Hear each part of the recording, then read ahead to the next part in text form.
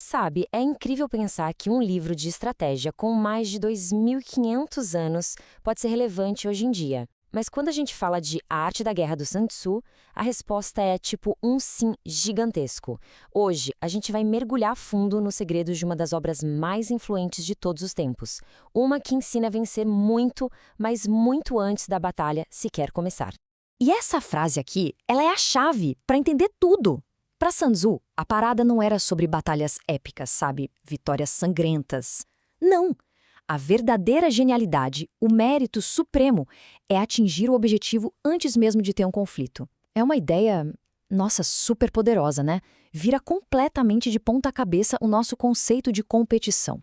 Tá, mas como é que se consegue essa vitória que parece impossível? Pois é, agora a gente vai desmontar passo a passo esse sistema estratégico, essa estrutura temporal do Sun Tzu, para vencer sem nem precisar pisar no campo de batalha. E aqui já vem a primeira grande virada de chave, a primeira mudança de mentalidade. Para Sun Tzu, a guerra é sempre o último recurso. O foco nunca é a destruição. É, na verdade, submeter a vontade do oponente, com o menor custo que der. Ou seja, a arma principal aqui não é a força bruta, é a inteligência. Ok, então a base dessa inteligência toda é o quê? Conhecimento. Simples assim. O primeiro passo para evitar uma briga é, na verdade, garantir a vitória na base da preparação de uma análise muito superior. O conflito, no fundo, ele é vencido ou perdido bem antes de qualquer peça se mover no tabuleiro. Para isso, Sun Tzu define 5 pilares, 5 fatores fundamentais para avaliar qualquer situação. Ele olha para a doutrina, o tempo, o terreno, o mando e a disciplina. Juntos, esses fatores, eles pintam um quadro completo do cenário. E o mais interessante, são variáveis que dá para medir, dá para calcular. A vitória, gente, não é uma questão de sorte, é quase uma matemática estratégica. E essa avaliação toda vira uma ferramenta super prática. O que o estrategista faz? Ele se compara com o oponente nessas 7 áreas que são cruciais.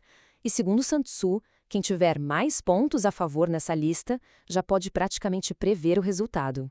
É isso mesmo, é como se fosse um checklist da vitória. E essa frase, nossa, ela resume tudo isso de um jeito perfeito. Quando se conhece a fundo os outros e a si, em todas as batalhas, não há perigo. Por quê?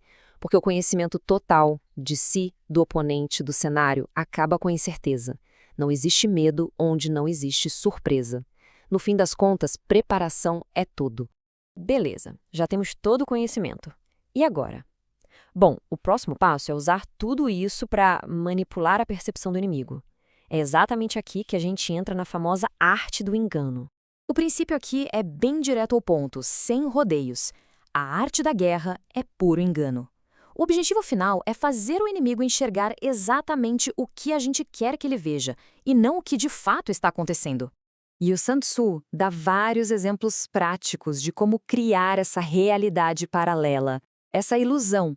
Por exemplo, se um exército está bem perto do inimigo, a ordem é fazer ele acreditar que, na verdade, está longe. A ideia toda é semear a confusão, fazer o oponente tomar decisões com base em dados completamente errados. A mesma lógica vale para a força. Se um lado é forte, a tática é parecer fraco. Por quê? Porque isso deixa o inimigo arrogante, com excesso de confiança, e aí ele acaba cometendo erros fatais, caindo direitinho numa armadilha. O objetivo final de todo esse teatro, de todo esse engano, é um só: criar uma brecha. O ataque vem exatamente quando o inimigo não está nem um pouco preparado. E a aparição acontece onde ninguém espera. É nesse exato momento de vulnerabilidade que o golpe se torna decisivo. A surpresa no final é só o resultado de um engano que deu certo.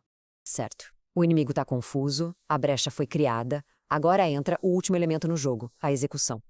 Porque, né, não adianta nada ter um plano genial se a execução for ruim. Ela tem que ser impecável. E isso leva a gente a um conceito bem avançado, que é o de ser sem forma. O que isso quer dizer? Basicamente é ser tão imprevisível, ter as intenções tão escondidas e as táticas tão fluidas que o inimigo simplesmente não consegue adivinhar o próximo passo. Essa é a vantagem estratégica definitiva. E para explicar isso, a metáfora da água é perfeita. Pensa bem, o estrategista ideal é como a água. Ela se adapta ao terreno, se molda ao recipiente, não tem uma forma fixa. Ela sempre encontra o caminho de menor resistência para fluir e passar por qualquer obstáculo. Então, quando o inimigo está lá, perdido, vulnerável, a ação tem que ser avassaladora.